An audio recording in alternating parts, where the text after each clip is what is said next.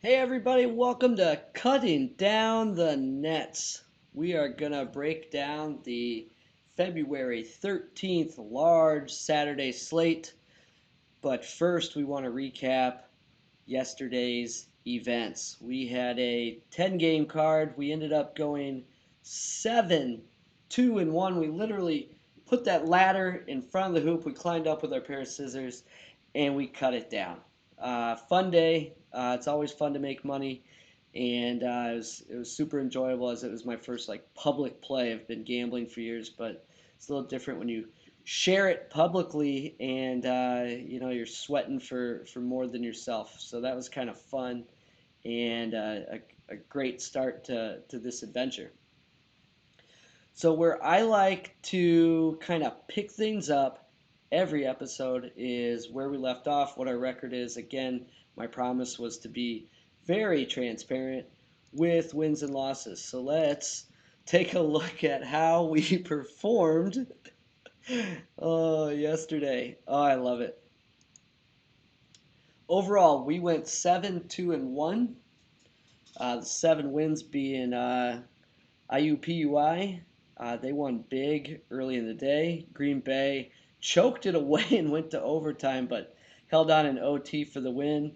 GT, Georgia Tech, lost at the buzzer while still covering.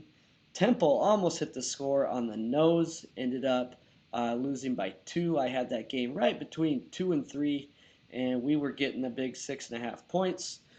UMKC pulled away. Rice held on, and Arkansas State took care of business right out of the gate. Our losses were games that we talked about concerns. We had Wright State laying a big number, which I don't like to do in conference games. They're up 15 with like 2 minutes to go. That doesn't mean it's a good bet or anything. It's just tricky, man. Like there's a 5 minute span of that game where they can go on 12-0 runs, 14-0 runs. They're just a really good basketball team, but I was afraid of that number. A lot of these teams play back to back, so buckle up. Might just sign up for more of that tomorrow or see how the game starts. Do some live betting. Albany.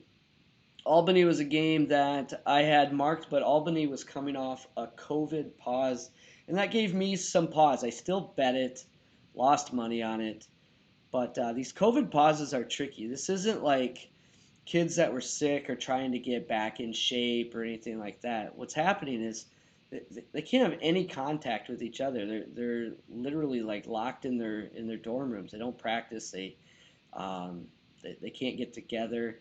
I've heard a lot of coaches talk about it. How like they basically say we're excited to get back, but it's gonna be rough out of the gate, and Albany was no exception. So lessons learned there. We also had a push. Western Illinois uh, choked away one. Ended up with a push, which was fine. So fantastic day. Look forward to more of the same today. So overall, I think I went through, ran my model, and there was a little over 100 games. So I have narrowed this down. I think we have less than 10 plays when it's all said and done, and look forward to sweating them out tomorrow. So let's get it started. We will start in the Dakotas, where we have South Dakota against North Dakota. And for whatever reason, this line is 6, and this happened when South Dakota played South Dakota State a week or so ago, and just ran them out of the gym. I'm just going to keep playing South Dakota. They have a profile I like. You'll see the efficiency numbers I'm using. So that's what I'm determining South Dakota's profile to be. So you have a plus offense, a plus defense, um, running into not much resistance against North Dakota. So Coyotes it is. I have that line at 16, so we're talking about a difference of 10 points.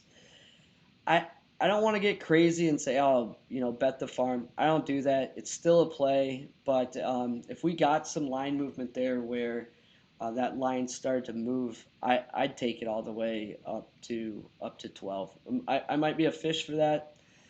I don't care. I like this game and have some conviction in what you're playing. So South Dakota is my favorite play of the day, which is a road favorite. So good luck to that.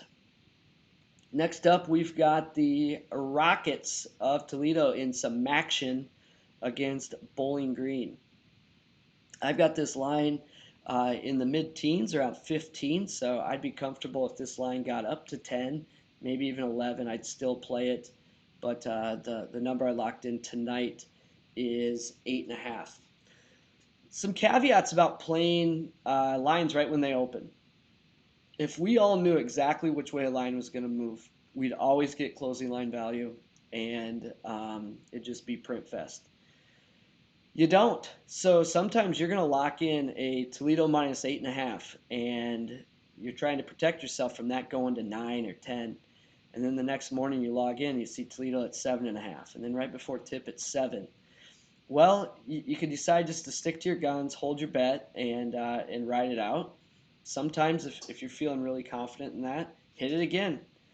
I'd like to hit it if I'm gaining more than 2 points of value. So if I had Toledo at 9 for whatever reason and it dropped to 6.5, I'd probably hit it again if I had conviction, unless that movement was coming from personnel issues, players missing, um, that type of stuff. So just something to look out for. But I do like Toledo. You can see the efficiencies I used there.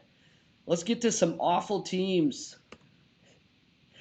Hey, they don't all have to be good teams to pay out. So we've got Eastern Illinois against Tennessee Tech. I'll take the points here.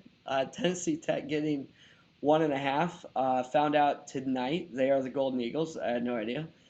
But Eastern Illinois is real bad. And to be able to get points against Eastern Illinois is something I did not think was possible. So I'm going to take it. I actually have Tennessee Tech by 4, but I would want a pick or better. So if it ever got into Tennessee Tech being favored, which typically, if it's going to swing across the pick'em line, it'll go all the way to Tennessee Tech minus 1.5. I would not play it at that number. Just give me some points, hope for some grease, and I feel like there's enough value in that bet. Next up, we have the Morgan State Bears, coached by, I think, Kevin Brodus, not Calvin Brodus, who would be Snoop Dogg, but Kevin Brodus. And I'm playing this solely based on the logo looking like it's about to slap somebody. No, I'm not actually playing because of the logo. The data does say that Morgan State is a good play. These are not good basketball teams. I do like Morgan State's chances of scoring. This is a small number. I've got the line closer to 10, locked in -4 tonight. And if that line moved, I'd be comfortable up to 6 points. Earlier, we talked about lesson learned with laying a lot of points. I stuck to the lesson on one game that I held off on, but this one I could not. So I'm going to lay the big number with Sam Houston State. They have Central Arkansas. I wish Sam Houston State was a more dominant team, but this is kind of a play on Central Arkansas. So the math worked out to where this is around 17 to 18 points. I'd want a number. I wouldn't go past 13. So I'm in at 12 tonight. That thing could go down to 10.5. Who knows? But I like to bet early and deal with the consequences. And 80% of the time, I'm getting a better number anyway. So we will rock and roll with Sam Houston State -12. Couple more games left. This one you will want to grab early, in my opinion. So Loyola is on the road at Drake. They're favored by 4.5. So what's going to drive this line, one is I think Loyola is just a far better team. I've got that game closer to 9.